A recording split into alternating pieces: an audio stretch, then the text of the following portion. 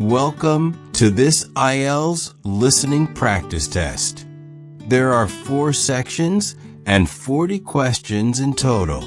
Each recording is played only once. You'll have time to read the questions before each part and check your answers afterward. At the end, you'll get 10 minutes to transfer your answers. Get ready with a pen and paper. Now let's begin section 1.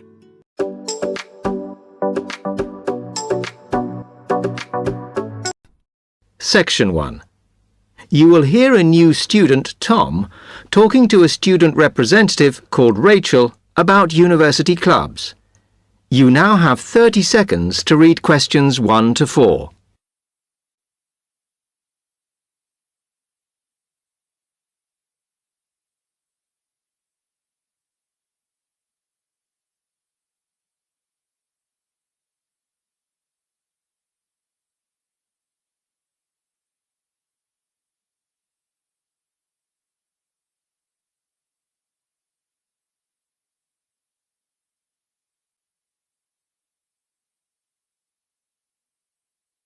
Hi, welcome to Freshers Week. I'm Rachel. Can I help you? Oh, hi. Yes, I was hoping to find out about some clubs I could join. Well, all the club stands are here in this hall. What were you interested in? Not sure. I wanted to do something where I could meet people. Well, take this leaflet with details of all the clubs and see what you think. Oh. It'll probably depend on what day you're free. Like on Mondays, there's the film club. Then on Tuesdays, you've got the climbing club. That's really good. I'm in that. Then on Wednesdays, you've got chess, if you want something a bit more intellectual. But you should look through carefully because all the clubs run extra activities as well as their normal meetings. Oh, yes, I see. So, it looks like the film club has discussions after the films. I'd quite like to go to those. Then, climbing. Goodness. It says here that the university has its own climbing wall. That's impressive. And they go on weekend trips. Cool. And it says the chess club normally just does games with whoever turns up. But it also runs competitions sometimes. But I bet you've got to be pretty good to do that. Yes, I think so. And how many people are in the clubs? Are they all really full? Well, obviously they're all different. So, for example, the film club has just increased its membership from 85 to 125. But I think they're hoping to extend it to 150. The climbing club's quite small, 40 people. And the chess club is fairly healthy at 55. Right. OK. So who do I see if I want to join these clubs? Well, if you go round the stands and speak to the people there. For the film club, that's the events organiser. For climbing, you'll need the club secretary. And the chess club is organised by one of the maths tutors. OK? Yep. I think I'll start with the climbing club. It sounds good. Oh, well, as I said, I'm in that, so I might be able to help you a bit. You now have 30 seconds to read questions 5 to 10.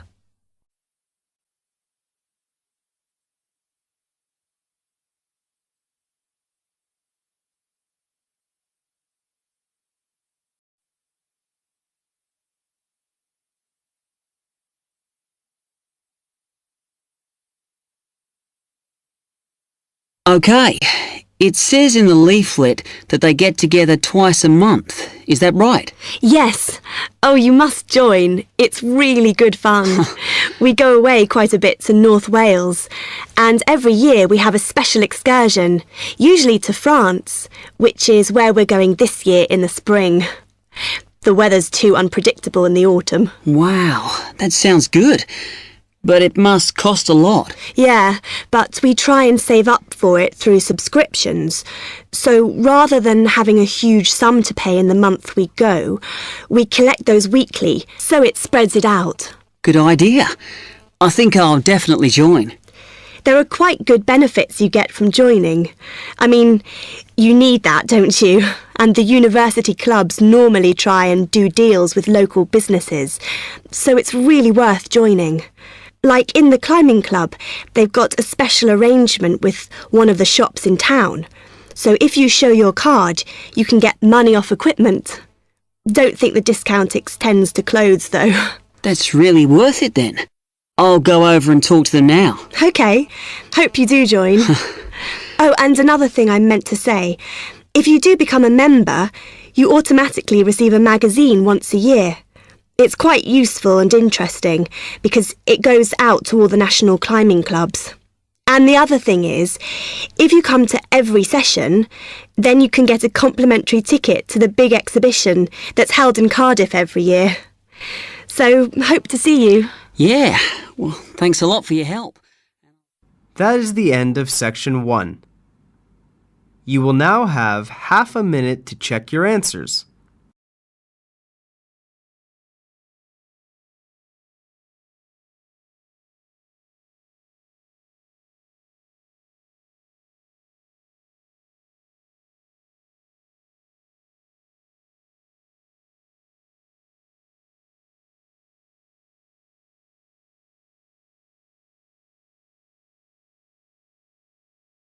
Section 2. You will hear an accommodation officer telling students about different halls of residence. You now have 30 seconds to read questions 11 to 15.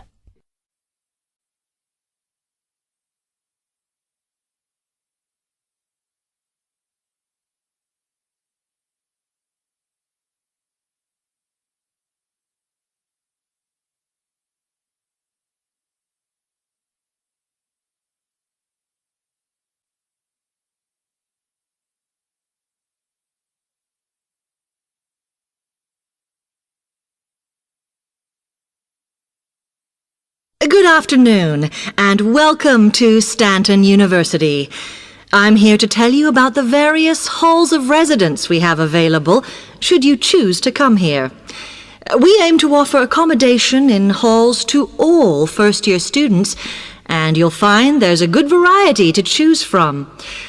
First of all, there's Brown Hall, which, as you'll see, is not the most modern of buildings, but it is very popular with some students. It's got a good sense of community, some nice refurbished kitchens, and unlike the other halls, it has recently had a gym built in its basement. Another option is Blake Residence, which is built like a large house, and so everybody cooks and eats together. It has its own sectioned-off bit of private garden and is even more peaceful because this is an all-girls residence. Although, of course, boys are allowed to visit the hall and, I understand, frequently take part in cooking dinner.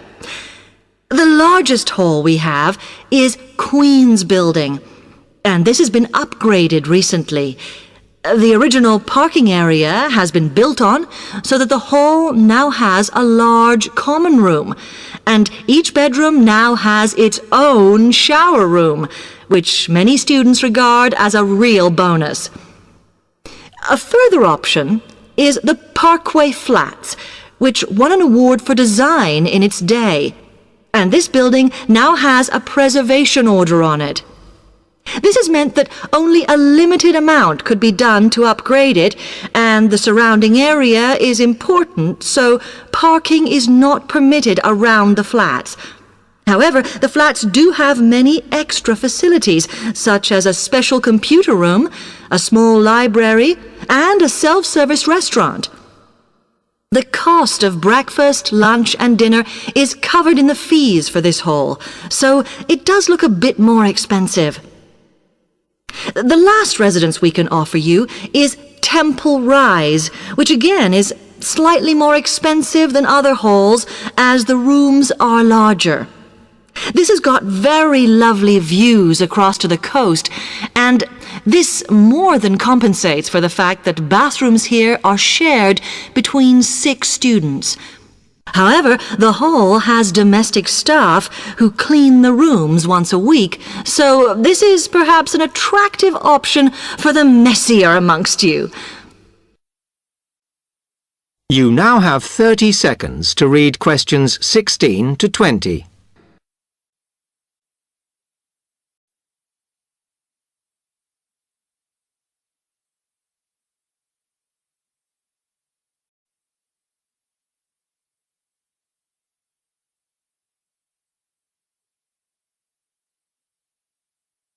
Now, if I can just show on this wall map here where they all are, you might like to go and have a look round. If you come into the main university entrance, at the first junction, you'll find that Brown Hall is on the corner opposite the theatre. So you're nice and near the station here, though I think it can get a bit noisy with traffic. The same applies to Blake Residence, which is directly facing the junction to the university entrance. These halls are often used by medical students and such like, as they're out all day, so don't notice the noise. Anyway, if you then walk along Campus Road towards the main circle, you'll see the library on the corner, and Queen's Building is just past that as you head north. You will find that it is quieter here, and you may get fewer visitors. By the way, the circle is quite a feature of the campus, as it's set into the hills and has a brand new sports center in the middle. It's worth going to look around it. Now, the Parkway Flats are on the opposite corner to the library, facing the circle, as you head towards the main buildings. The main buildings are only about a 5-minute walk from here, and places in these halls go quickly, so my advice is to reserve your place as soon as possible. Then Temple Rise is inside the circle, next to the sports center, but further from the main university buildings. Now, if you'd like to go off and physically look... That is the end of Section 2. You will now have half a minute to check your answers.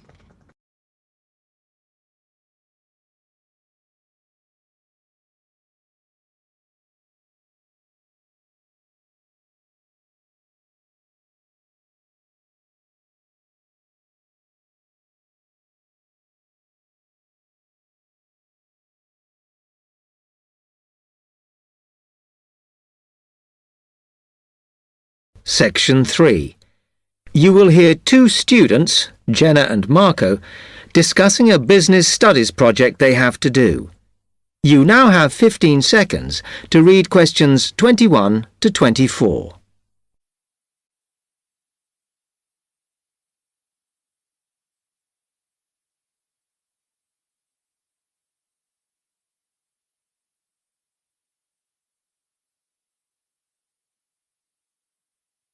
Come on, Marco. We've got to get on and sort out this project for Professor Buckley. Hang on. I want to make sure we've got all the information. Now, where are we? Well, today we need to sort out exactly what we're going to do and how we're going to divide the work up. Okay. How long have we got, by the way? The end of term is April 6th. And he said to hand it in on week 8, so that's March 25th at the latest, because the beginning of that week is the 21st, so not long. Right. Have you got the notes there? Yes. He wants us to do a fairly small-scale study, like the last one, on whether or not businesses were offering more benefits to staff. And we've now got to look at the rise in older workers. It should be fairly straightforward. Yeah, as long as we keep it small. Who's marking it? I don't know. Sometimes he gets the PhD students to mark it for him. Oh, actually, it just says here, a senior lecturer. I suppose it's too much for Professor Barclay to do them all. Yeah. Anyway, how are we going to go about this? Well, We have to decide how big we want it to be and who Yeah, but I think we must sort out a timetable for the project. Otherwise, nothing will get done. Okay. Do you want to do that? All right. I'll do it as soon as we finish here. You now have 15 seconds to read questions 25 to 27. Okay. What do we have to do now for the project? What's the best way to go about it? Well, Professor Carter suggested we set up a focus group to get some in-depth interviews, but I think that'll take a lot of time. Yeah, I agree. If we did a focus group, we'd have to spend time deciding who to include in it, and it's not necessary to do one anyway. Oh, fine. And if you agree, I think we should get in touch with the businesses on the list Professor Carter gave us and ask them if they're prepared to participate. Sounds good. Then we can go there, give them questionnaires and collect them later. Exactly. Okay. Then do we need to book one of those study rooms in the library so we can work together to input the data? Perhaps not, as I guess just one of us could just sort it out actually. Yes, that would be easier. A lot of what we're doing is qualitative, so it'll be writing up rather than statistics. No software for that, I'm afraid. And I think it would look better if we had actual shots of some of the staff, because we're citing appearance as a factor in employability, aren't we? Yeah, okay. I'll factor that all in when I sort everything out tonight.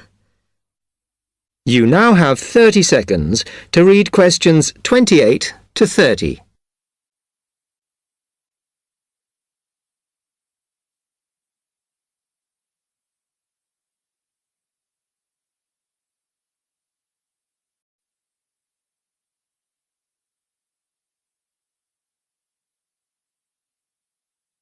I'm glad we decided to work together.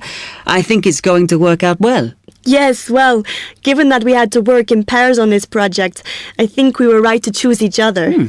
We complement each other academically, as we're each good at what the other isn't. In fact, we should have tried working together before. Yes. Now, how shall we split the work?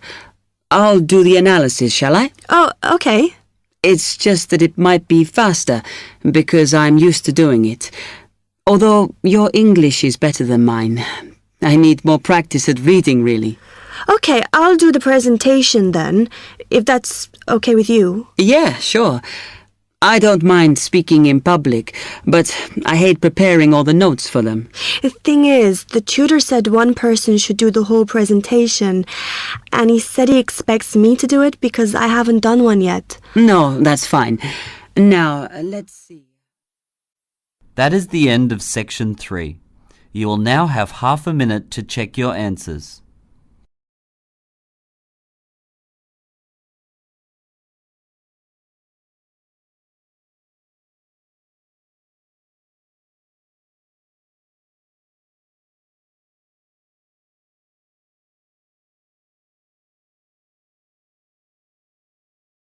Section 4.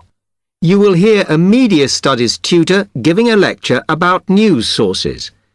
You now have 30 seconds to read questions 31 to 35.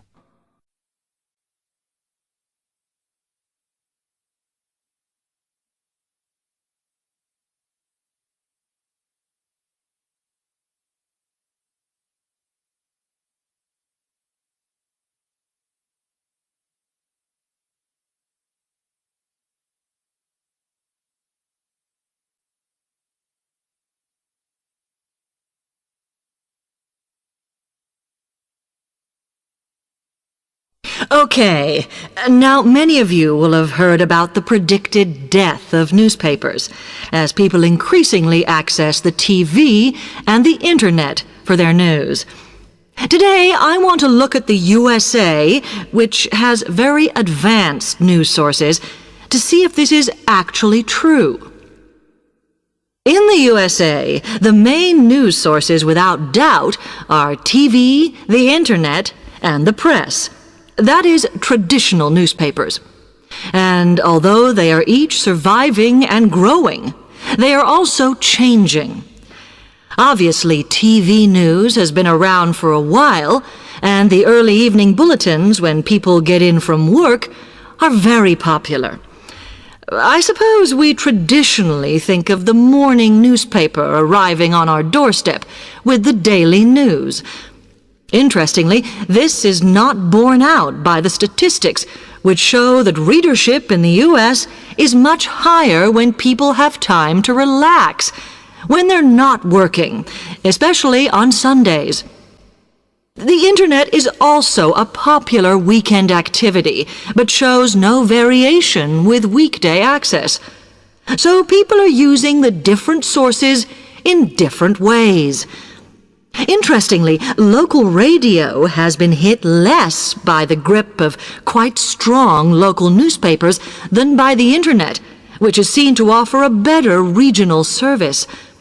But just because the Internet is seen as the new force in news media does not mean it is dominant. Television has, of course, been global for a while. But now technological changes, which have fueled the rise of online news, have also allowed newspapers to print and distribute editions across the world. In fact, Internet news, which is seen as the big competitor for traditional markets, does not offer that much variety.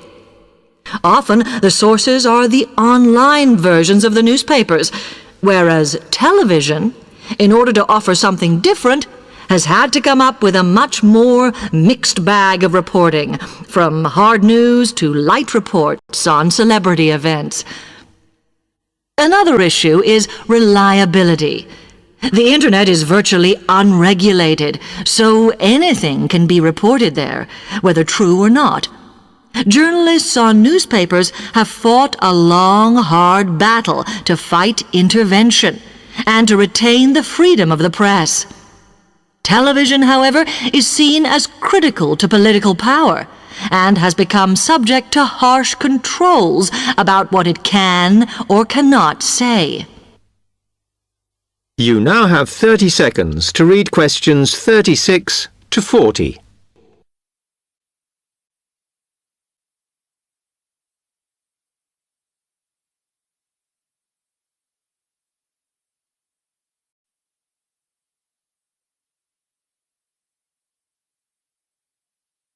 Now, one very critical factor in keeping newspapers alive and well in the USA has been their approach to advertising.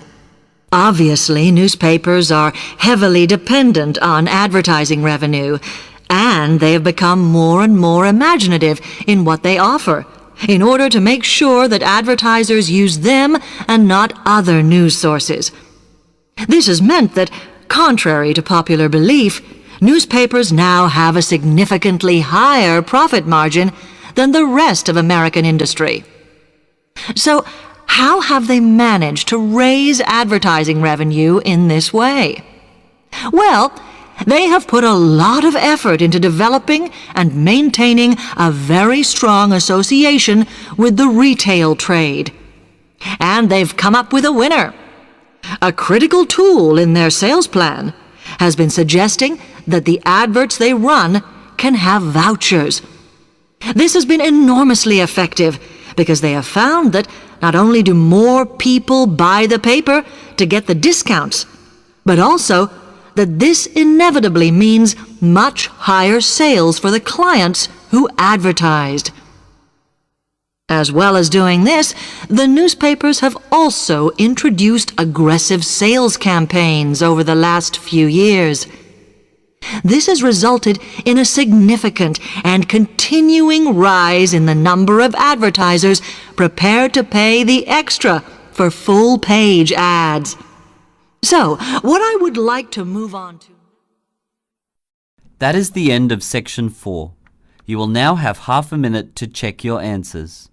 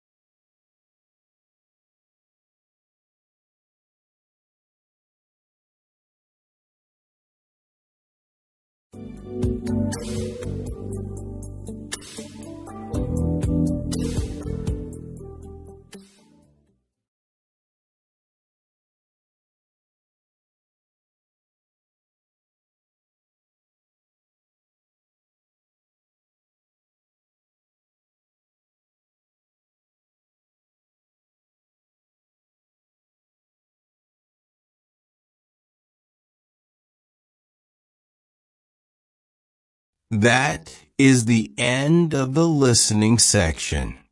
You now have 2 minutes to review your answers before the test automatically moves on to the next section. Please take this time to check your answers carefully. Make sure all your responses are recorded in the correct places, and review your spelling, grammar, and formatting. Once the time is up, the system will take you directly to the reading section. Please remain seated and stay focused. The next section will begin shortly.